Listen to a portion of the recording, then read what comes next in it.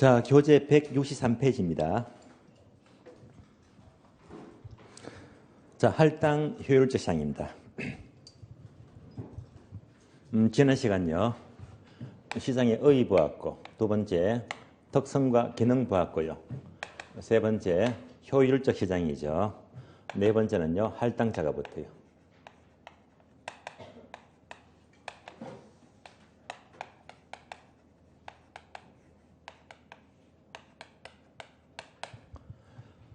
그러면 효율적 시장은 뭐라고 했죠? 정보와 관계된 시장인데 여기다가 할당자가 붙게 되면요. 할당시킨다 말이 어려우면 똑같은 말로 배분시킨다. 정보와 관계된 시장이면서 자원 부분이 가장 효율적으로 배분되면요. 할당 효율적 시장입니다. 그럼 얘는요. 공부하기 딱 두 가지입니다. 두 가지. 두 가지만 아시면 돼요. 첫 번째는요. 이것의 의의가 뭘까? 개념. 의의만 충분히 아시면 되고요. 두 번째는요. 계산 문제를 대비하자. 계산 문제. 계산 문제는요. 딱 한 가지입니다. 정보 가치 구하시오.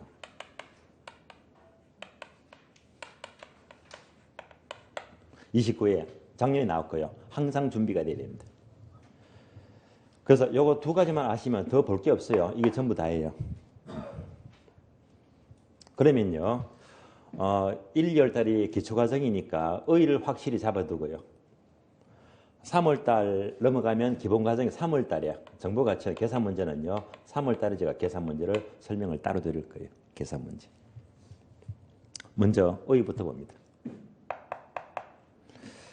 자, 할당 효율적 시장은 의의가 뭐냐? 첫 번째.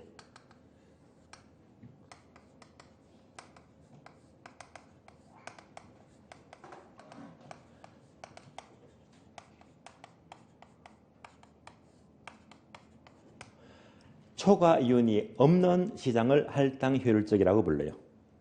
뭐라고 했죠? 초과이 있다 없다 없는 시장입니다. 그러니까 초과이 없으면요. 할당자가 붙어요. 말 바꿔볼까요? 거꾸로 초과이 있으면요. 있으면 할당입니까? 비할당입니까? 비할당. 이렇게만 연결하세요. 초과이 없다 하면 뭐? 할당. 초과이 있다 하면요. 비할당입니다. 예를 들어 볼까요?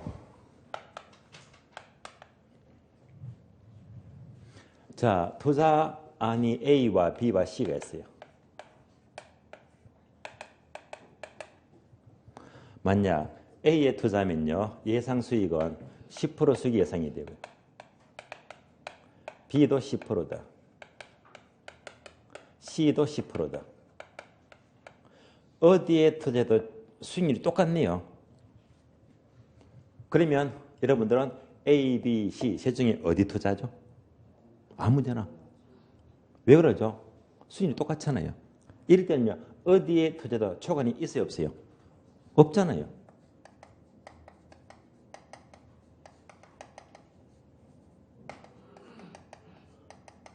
없습니다. 이런 시장이 바로 할당 효율적입니다. 모든 수익이 동일합니다. 이럴 때는 초과이 없다. 이것이 바로 할당 효율적입니다. 예를 바꿔서요. A에 투자하면 수익률이 20%입니다. B는 10%다. C도 10%다. A, B, C 셋 중에 어디 투자할래요? 누구든지 A 투자하죠. 왜? 크게 먹으니까요. 이 말은 무슨 말이죠? 여러분뿐만 아니고 전국의 모든 자금이 A로만 쏠린다 맞습니까? 집중되잖아요. 그러면 자 다른 투자보다 얼마 더 먹지? 10% 더 먹잖아요. 초과이 있다 없다? 있잖아요. 초과이 있다. 있어요. 이때는 자원이 고르게 할당 배분 안 되고 한쪽에 쏠려버리잖아요. 얘가 할당이다 비할당이다? 비할당입니다.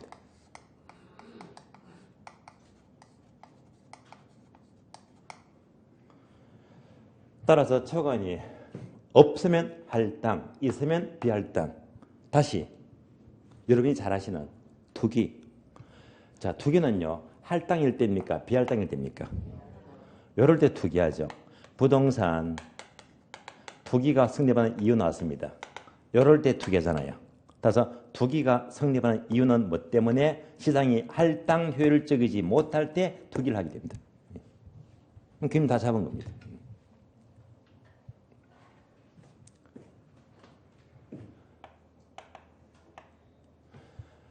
초간이 없다는 말은요. 모든 수익률이 동일합니다.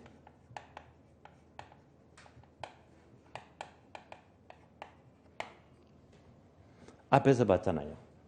A도 10%, B도 10%, C도 10%다. 이러면 초간이 없다는 말입니다. 똑같은 말입니다.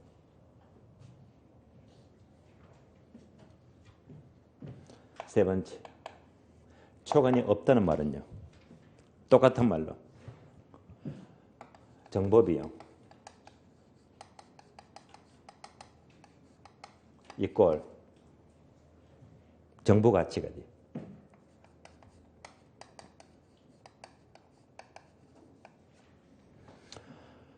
자, 이 두 가지가 같으면요. 초간이 없다는 말입니다. 얘를 또 이해해야 됩니다. 그러면 지금 정보 나왔죠. 정보하면요.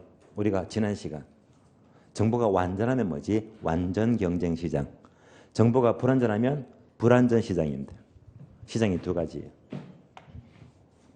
완전 경쟁 시장.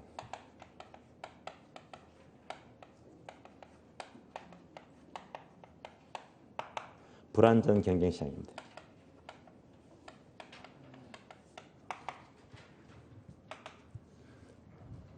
그러면 완전 시장은요. 누구나 모든 정보를 다 알고 있다고 했잖아요. 다 알고 있으니까 정보비용 들어가요, 안 들어가요? 제로. 다 알고 있으니까. 자, 정보 가치가 있다 없다? 다 알고 있잖아요. 그러니까 이럴 때는 등식이 성립된다. 왜? 다 알고 있는 정보잖아요. 이러면요. 초과인이 있어요, 없어요? 초간이 없다. 이렇게 되면요. 시장이 할당입니까? 비할당입니까? 할당입니다. 결론. 완전 경쟁 시장은 자, 모든 정보를 다 알고 있으니까 초간이 없어요. 없으니까 얘는 언제나 할당 효율적입니다.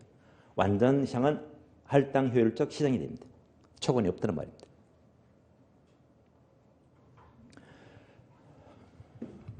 얘가 뭡니까? 부동산. 부동산 시장은 정보가 불투명하잖아요. 그래서 정보활동이 필요합니다.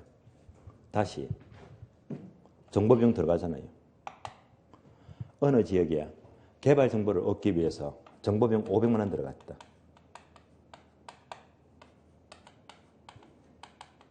이 돈이 아까울까요? 안 아까울까요? 안 아까워요? 하나도 안 아까워요. 이런 거 아끼시면 안 돼요. 왜요? 이만큼 들어가 나는 몇 억을 먹으니까.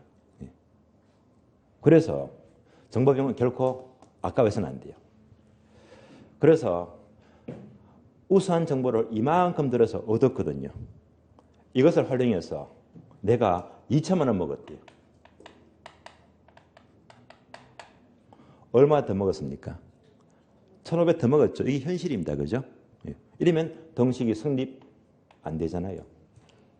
현실이에요. 이런 사람이 아주 유능한 사람입니다. 초간이 있다 없다? 있잖아요. 초간이 있으면요. 할당입니까? 비할당입니까? 이게 비할당입니다.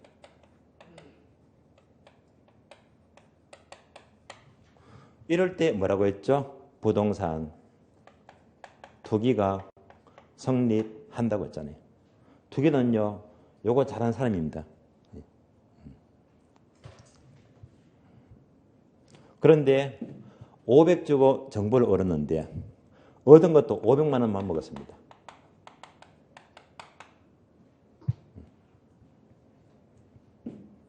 그러면 등식 성립되잖아요. 초간이 있다 없다? 없잖아요. 이렇게 초간이 없으면요. 이것도 가능하죠. 정보가 오픈돼 버렸잖아요. 이러면요, 할당이다, 비할당이다? 할당입니다. 결론 나왔습니다. 완전 경쟁 시장은 언제나 모든 정보를 다 알기 때문에 언제나 초과이 제로가 됩니다. 따라서 언제나 할당률적입니다. 그러나 부동산, 불안전 시장은 정보 비용 들어가요. 근데 초과를 얻을 수도 있고 그렇지 않을 수도 있잖아요. 그래서 부동산 시장은 할당, 비할당 둘 다 될 수가 있어요. 끝났습니다. 따라서 여기까지 말씀은 문제가 다 풀려버립니다. 여기까지. 그럼 1번 볼까요? 할당 효율성 개념은요. 뭘 떠올려? 요거 초과이 없는 시장. 모든 수익이 동일한 시장으로 보시면 돼요. 2번요. 정보비용과 할당 효율성입니다. 동그라미 1번과 2번이 있죠. 자, 1번 보게 되면요. 1번 앞에다가 요거 적어서요. 할당 적어주고. 동그라미 2번입니다. 2번에다가 비할당 적어주고. 1번은 할당, 2번은 비할당. 할당은 초과이 있어요? 없어요? 없잖아요. 자, 1번 볼까요? 우수한 정보로 인해서 발생하는 이윤과 그 정보를 얻기 위해서 지불하는 정보비용이 똑같다면 초과이 없잖아요. 이럴 때는 할당이 됩니다. 2번은 비할당이죠. 비할당은 초과이 있다는 말이잖아요. 따라서 소수의 투자자가 다른 사람보다 값싸게 정보를 획득할 수 있는 시장은 자, 값싸게 얻어서 비싸게 팔잖아요. 그러면 초과이 존재하므로 할당 효율적 시장이 되지 못한다. 즉 비할당을 말합니다. 그래서 3번입니다. 불안전 시장과 할당 효율성. 기업번과 니은번 내려가죠. 기업번은요. 완전 경쟁 시장 밑줄. 집 한번 볼까요? 완전 시장은 언제나 완전한 정보 때문에 초과이 없게 되고요. 언제나 할당 효율적입니다. 따라서 완전한 정보로 인하여 정보비용 제로, 초과인 제로. 따라서 언제나 할당 효율적이 됩니다. 니은번은요. 할당 효율적 시장은 반드시 완전 시장만 의미하는 것이 아니라 밑줄 하세요. 불완전 시장도 얼마든지 할당 효율적이 될 수도 있다. 맞잖아요. 불완전 시장도 초과이 없으면요. 할당이 될 수가 있다고 했잖아요. 결론적으로 부동산 불완전 시장은요. 할당, 비할당 둘 다 될 수가 있다는 말입니다. 다음 페이지 넘어가요. 2번요. 부동산 투기가 성립하는 이유. 하는 순간 딱 떠올라야지. 할당입니까? 비할당입니까? 비할당이죠. 공부 다 된 거예요. 니은번 두 줄 모두 밑줄 하세요. 부동산 투기가 성립하는 이유는 시장이 할당 효율적이지 못하기 때문이지 시장이 불안전하기 때문인 것은 아니다. 비할당 때문에 투기가 성립한다. 까지를 보시면 돼요. 그리고 4번이 있죠. 정보비용. 박스 보니까 계산 문제가 나와요. 이런 계산 문제가 박스가 언제 나왔죠? 25회 때요. 그리고 또 언제 나왔다? 작년 29회 때요. 이런 계산 문제는 자 털에 박힌 유형이니까 여러분들이 풀 줄 알아야 됩니다. 언제부터 푼다고 했죠? 3월 달에요. 지금은 기초과정입니다. 여기까지는 어려워요. 3월 달부터 접근합니다. 이상으로 시장 마치겠습니다. 165페이지 넘어가죠. 목차 02번 입지 및 공간 구조로입니다. 자, 입지 공간 구조는 주로 문제가 한 3문제점 나와요. 그러면 입지는요. 여러분 실무에는요. 절대적입니다. 입지.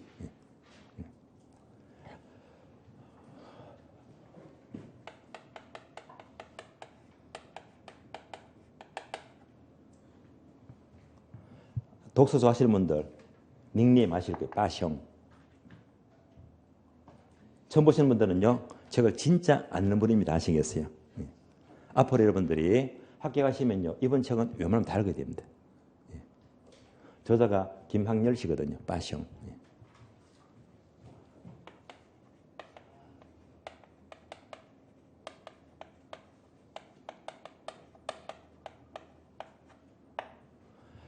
아마 나중에 2년쯤 됐을 거예요. 대한민국 부동산 투자, 얘가 전부 다 입지입니다.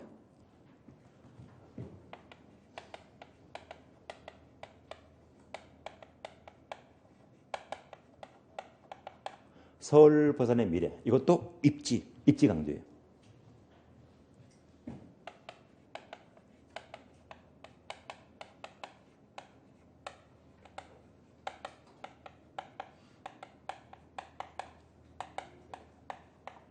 서울이죠. 지방입니다. 서울이 아니어도 오를 것은 오른다. 뭐 입지. 그래서 어디를 살까요?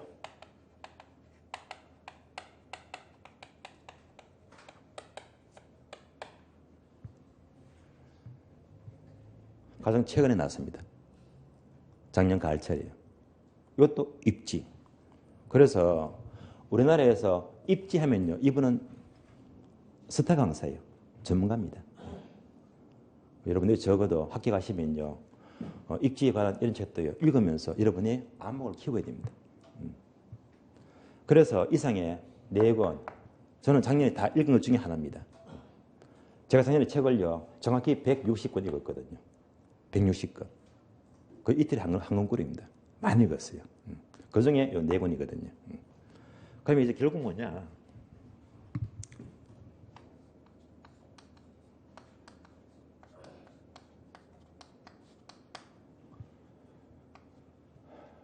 교교상자.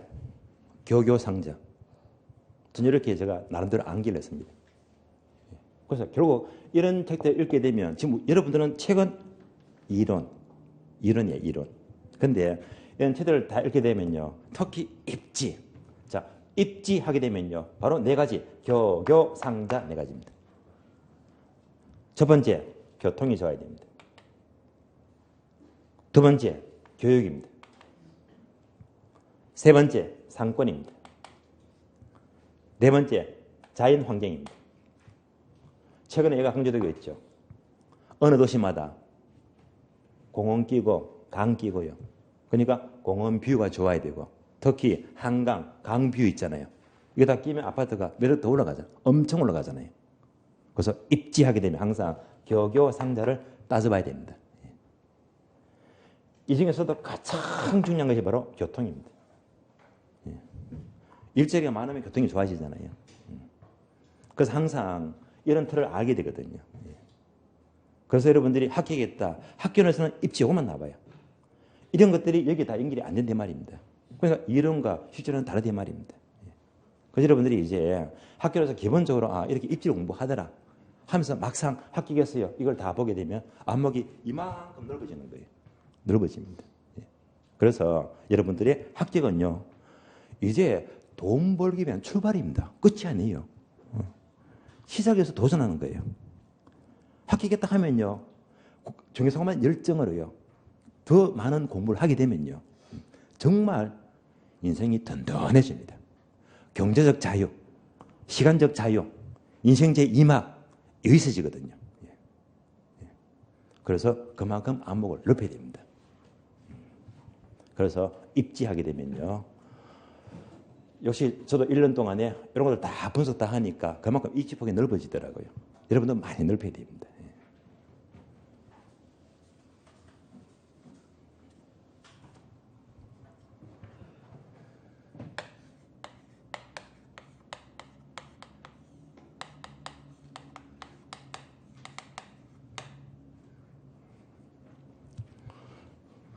저는 항상 서울이건 대전이건 부산이건 대구든 어디 가더라도 도시 가건 촌에 가든 항상 뭐 교교상자합니다.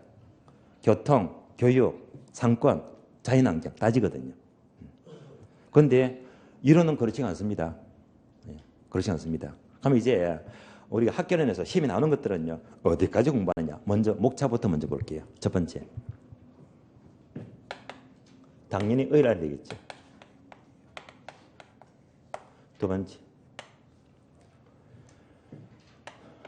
주요 입지론입니다.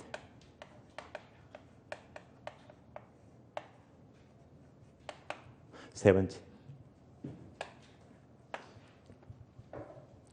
용도별 입지 선정입니다.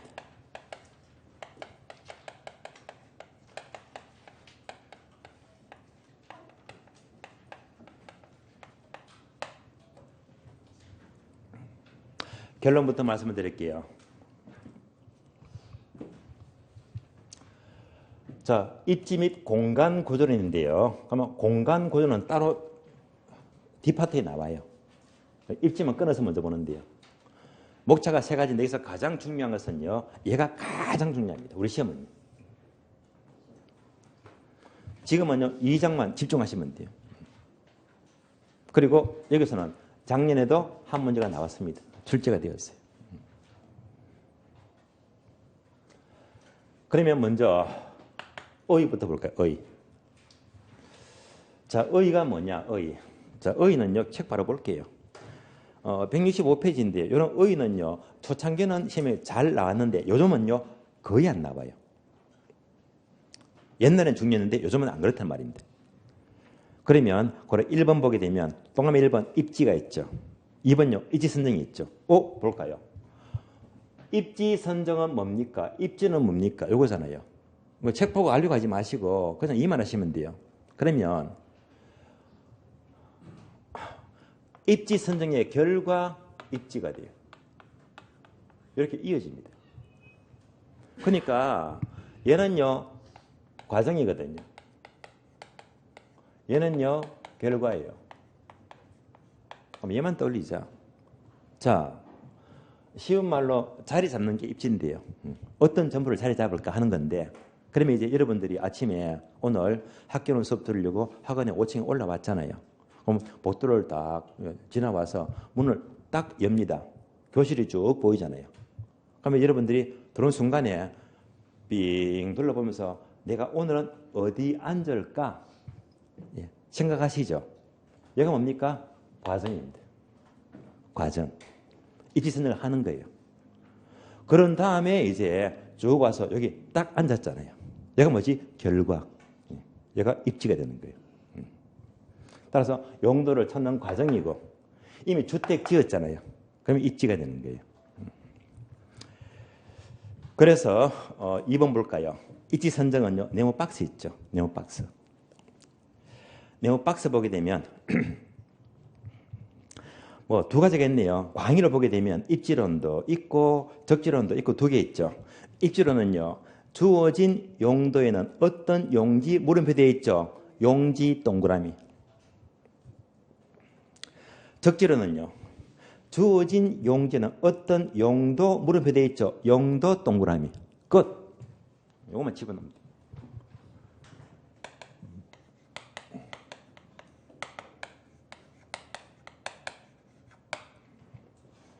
그래서 앞으로 입지 선정이 나왔다면 이것만 찾으면 돼요.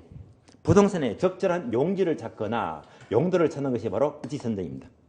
용지나 용도를 찾는 것입니다. 이때 용지를 찾는 이것을 입지론 이렇게 불러요. 용도를 찾는 것을 적지론 이렇게 불러요. 이걸 다 합해서 입지 선정이라고 불러요. 그래서 입지 선정을 한다게 되면 용지나 용도를 찾는 거구나 하면서 넘어가면 되는 거예요. 바로 2번요. 2번. 입지 선정의 중요성입니다. 이것도 옛날에 나왔죠. 요즘은 잘 안 나오거든요. 나왔던 것, 또 가는가 한번 체크해 드릴게요. 1번부터 5번까지인데 2번 보게 되면요. 2번. 부동산 가치는 유용성을 가장 높이 발휘할 수 있는 때 가장 크다. 유용성 밑줄. 결론. 입지 선정은요. 뭐지? 유용성이 가장 높은 곳에 입지를 하자 말입니다. 그래서 효용이 가장 큰 쪽에 입지하자. 그러니까 다음 페이지 보세요. 다음 페이지 보시면 목차 2번 용도별 입지 조건이 있잖아요. 1번. 그러니까 이 용도별 입지 조건이 옵니다.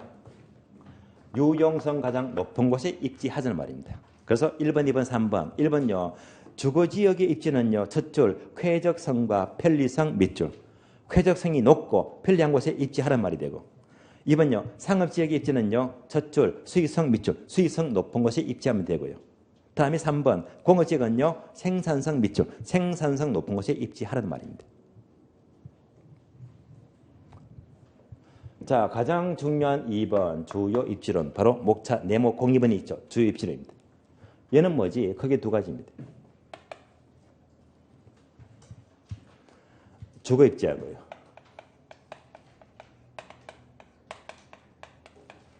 산업입지가 돼요.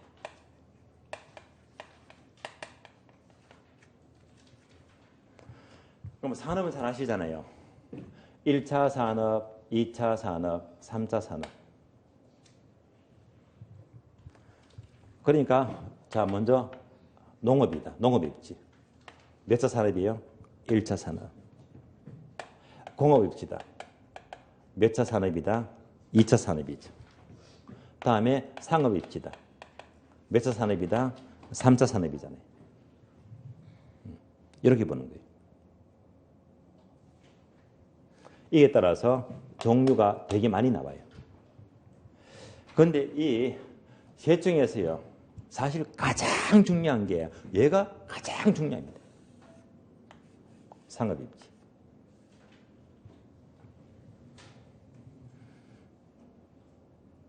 다음에 중요한 것은요. 공업입지가 돼요.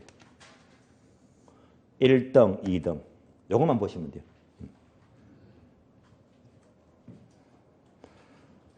이어서 3번 목차는요. 또 뒤에 나오겠지만 얘는 뭘 말하느냐. 용도별 이지선정이다. 크게 용도가 5개 나옵니다. 주거지역, 상업지역, 공업지역, 농업지역, 임업지역. 5개 용도별로 이지선정입니다. 여기서 나중에 시험에 안 나올 거는 버립니다. 해서 얘는 시험에 안 나와요. 농업지역과 임업지역입니다. 버리면 되고. 그러면 주상공 나왔죠. 역시 이 중에서도 가장 중요한 것은 역시 상업입지. 상업입지. 이걸 중심으로 보시면 돼요. 그럼 전체가 보이잖아요. 입지 선정하게 되면 가장 중요한 게 뭐지? 상업입지에다가 최대한 집중하시고요. 다음에 뭐지? 공업입지. 그 중에서도 목차 2번이 가장 중요합니다. 그래서 이 전체가 양이 많아요. 그래서 이걸 전부 다 설명드리면요. 뒤에 진도를 못 나갑니다. 그래서 기초과정입니다. 기초과정은요. 가장 중요한 요거 있죠. 상업입지. 오늘은요. 요걸 다 설명할 겁니다. 요거를요. 설명하고요. 그러면 이제 3월달. 얘는 이제 오늘 설명할 거잖아요. 3월달에는요. 나머지 예하고 예 있잖아요. 나머지 안 본 것들. 그럼 합치면요. 전체가 완성이 되거든요. 그래서 자 기초과정은요. 가장 출제가 잘 되고 있고 작년에 나왔잖아요. 그래서 상업입지를 중점적으로 이렇게 접근합니다. 바로 상업입지 넘어갈게요. 170페이지입니다.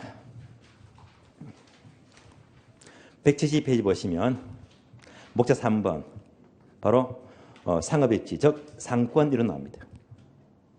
상권이론. 여기다가 가장 중요하니까 일단 별표하시고요. 거의 한 문제가 늘 나온다고 보세요. 여기서는요. 1번 상권의 의의다. 상권이 뭐냐. 상권은요. 많이 들었잖아요. 저절 보게 되면 상권, 영어로 힌틀랜드죠. 상권 다른 말로 배후지. 쉬운 말로 뭐죠? 시장지역. 강남 상권, 강남 시장지역입니다.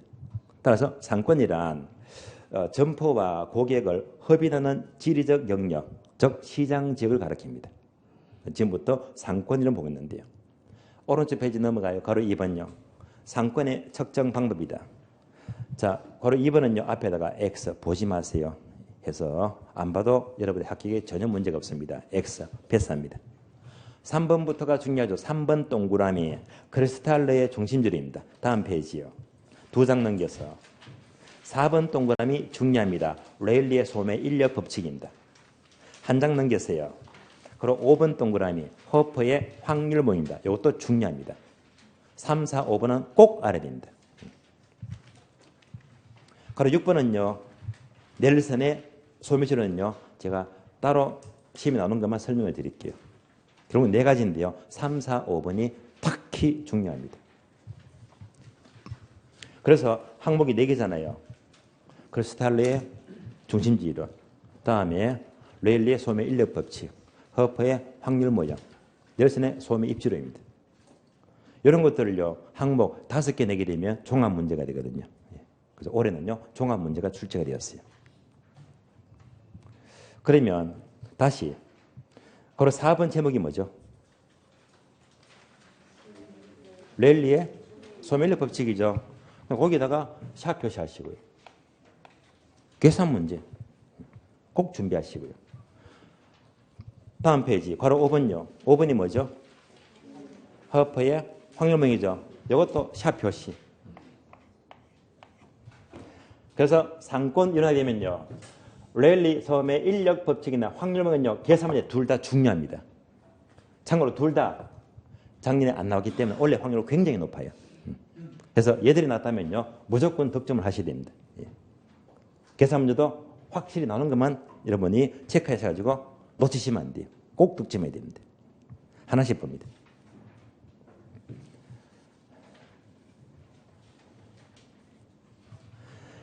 (3번요) 바로 3번 크리스탈레의 중심지리입니다. 중심지 이론의 의의는요, 4줄이 있죠. 여러분이 차근차근 읽어봐 주시고, 이 1번이요, 2번과 연결이 돼요. 중심지 유형, 종류가 있는데요. 기억번, 니은번 보게 되면요. 자, 기억, 니은번 보니까 고차원 중심지 다 나와요. 고차원. 또 저차원 중심이 나오잖아요. 고차원과 저차원, 이것만 아시면 돼요. 자, 지금부터 이해합니다.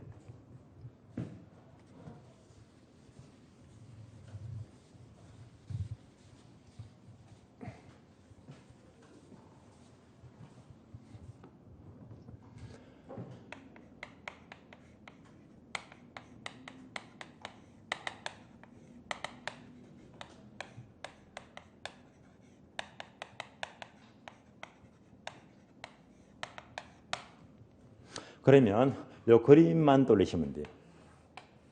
삼각형. 3등분 합니다.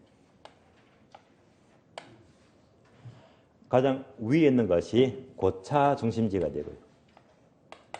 가장 아래쪽이 저차원, 저차 중심지가 되고, 가운데가요, 중차원, 중차가 돼요. 이렇게만 그림 그리시면 돼요. 그래서 중심지가 3가지입니다. 고차 중심지, 중차 중심지, 저차 중심지 3가지입니다. 얘만 떠올리죠. 고차 중심은 서울로 친다면요, 서울의 시청입니다. 시청은 몇 개 있죠? 하나밖에 없잖아요. 그러니까 이게 서울시 전역인데요. 시청은 하나밖에 없잖아요. 그러니까 이걸 전부 다 관할하잖아요. 규모가 얼마나 큽니까? 아주 다양한 기능을 수행합니다. 고차가 되고요. 다음에 저차는요, 동네마다 뭐가 있죠? 동사무소, 주민자치센터죠. 그래서 자, 동사무소 어떻게 표현하죠? 그러면 요 동네가 있잖아. 요 동네. 여기에 주민자치센터, 동사무소가 있어요. 그러면 요것만 관할하잖아요. 크다 적다 얼마나 작아요. 그리고 얘는요, 기능이 아주 단순합니다. 그래서 그만큼 작은 만큼 개수는요, 엄청 많잖아요. 그러면 요 가운데가 뭡니까? 구청. 구청이 돼요. 아마 서울시가 25개 구청이 있죠. 자, 그러니까 이제 이렇게 올라가잖아요. 올라갑니다. 그러면 이제 숫자를 볼까요? 자, 저차, 중차, 고차로 올라갈수록 중심이 숫자가 많아집니까? 적어집니까? 적어지겠죠. 점점 적어지니까 무슨 형? 피라미드형을 이룬다. 하시면 다 끝난 겁니다. 교재 볼게요. 1번 고차원 중심하는 순간 시청 떠올리자. 서울시 전체를 상대로 하니까 거리가 멀잖아요. 정반대로 저차 중심지는 동네 동사무소. 자, 그래서 거리가 가까워요. 작아요. 니은번요. 고차 중심지일수록 규모가 크잖아요. 다양한 기능을 수행하는데 저차일수록 규모가 작아요. 단순 기능을 가져갑니다. 디귿번요. 저차에서 고차로 올라갈수록 숫자가 적어진다고 했죠. 그래서 무슨 형? 피라미드형을 이루게 됩니다. 까지를 보시고요. 다음 페이지 넘어가요. 동물 3번입니다. 중심지의 성립인데요. 항목 4개 있죠. 4개요. 기억분만 빼고요. 니은, 디귿, 리얼 나머지 3개를 묶어줘요. 니은번은요. 최소 요구치, 디귿번 재화의 도달 범위, 리얼번 중심지 성립 조건이다. 결론은요. 리얼번만 4번째만 집중하시면 돼요. 4번째만. 자, 중심지 성립 조건입니다.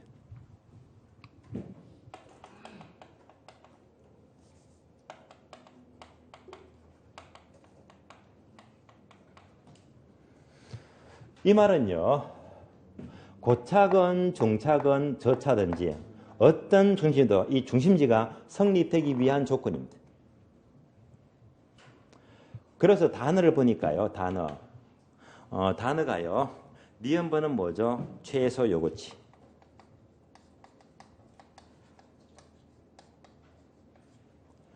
디귿번은요. 재화의 도달 범위가 돼요.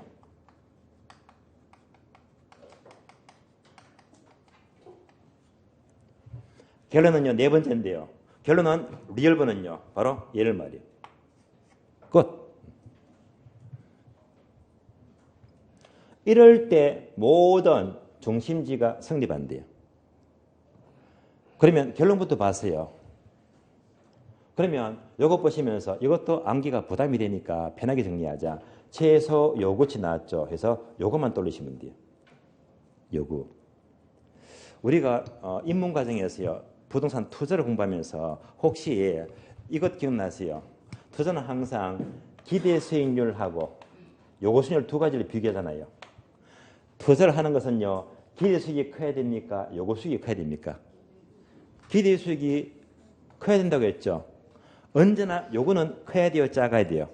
얘는 작아야 됩니다. 그래서 학교론에서요. 요거자만 하면 요거는 무조건 커야 돼? 작아야 돼? 언제나 작아야 됩니다.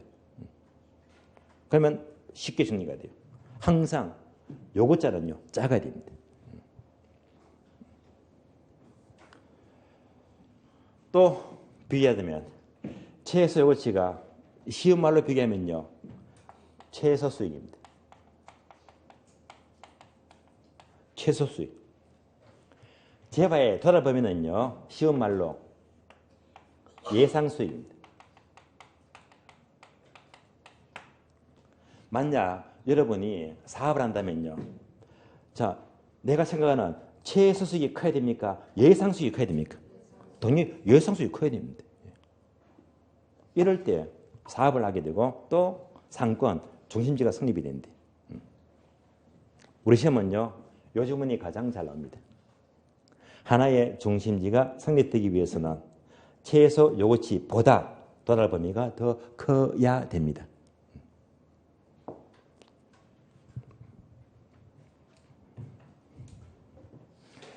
자, 그러면 다음 페이지 넘어가요. 다음 페이지. 4번요. 레일리의 소매 인력 법칙입니다. 또 다음 페이지 보니까 5번요. 허퍼의 확률모입니다. 그래서 레일리의 소매 인력 법칙과 허퍼의 확률모입니다.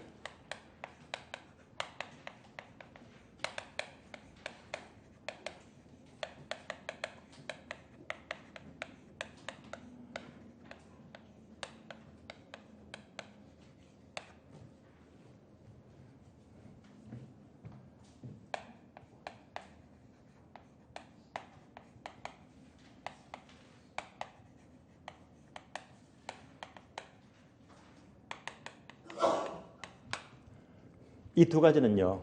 같이 보는 게 좋아요. 둘 다 비슷하거든요. 결국 이렇게 연결합니다.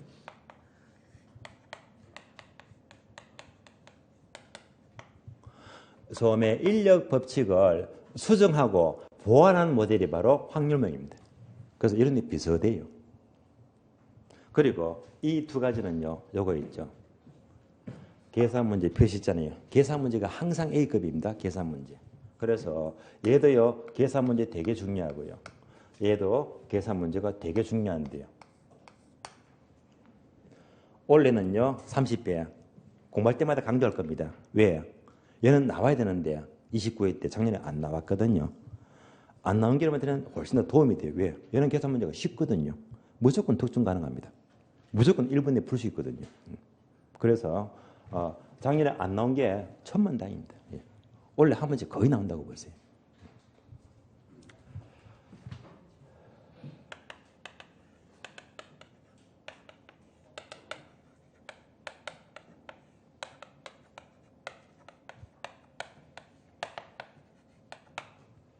소매 인력 법칙은 도시를 단위로 한 상권일입니다. 반면에 확률 모형은요, 도시가 아니고요, 상점을 단위로 한 상권일입니다.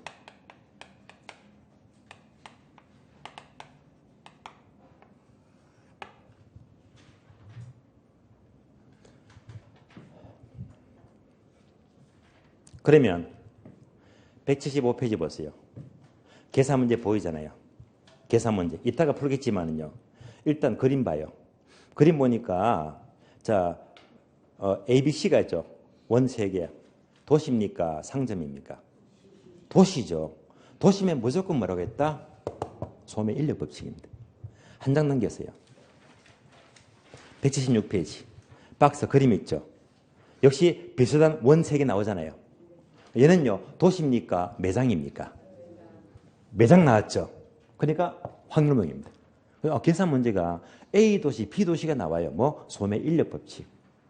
신규 매장, 교전 매장, 점포가 나와요. 상점. 그러면 확률명입니다. 문제 딱 보자마자 이렇게 구분합니다.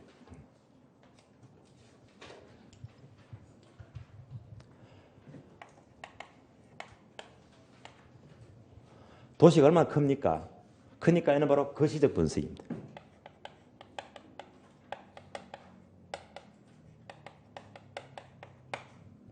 얘는요, 상점, 점포예요. 작잖아요.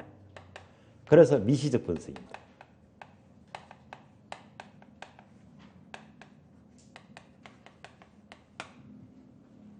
상점은 누가 왔다 가죠? 고객, 소비자. 따라서 고객들이 들락날락 하잖아요.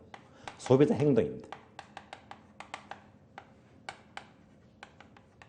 따라서 소비자 행동 하나를 중시하니까 얘는 바로 미시적 분석이다. 당연히 상식적으로 도시는 커요, 거시적이다. 시험에 안 나옵니다. 근데 얘는요, 이렇게 해놓고 이것을 싹 바꿔서 확률명은 거시적 분석 틀린말입니다. 바로 뭐가 되죠? 미시적 분석입니다. 이 단어 조심하시면 돼요.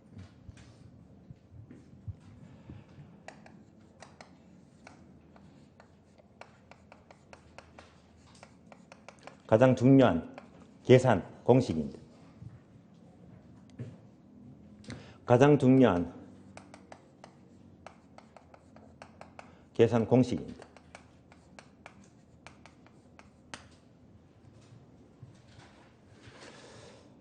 자, 공식은요, 쉬었다가 다음 시간에 이어서 계속 연결하겠습니다. 쉬겠습니다.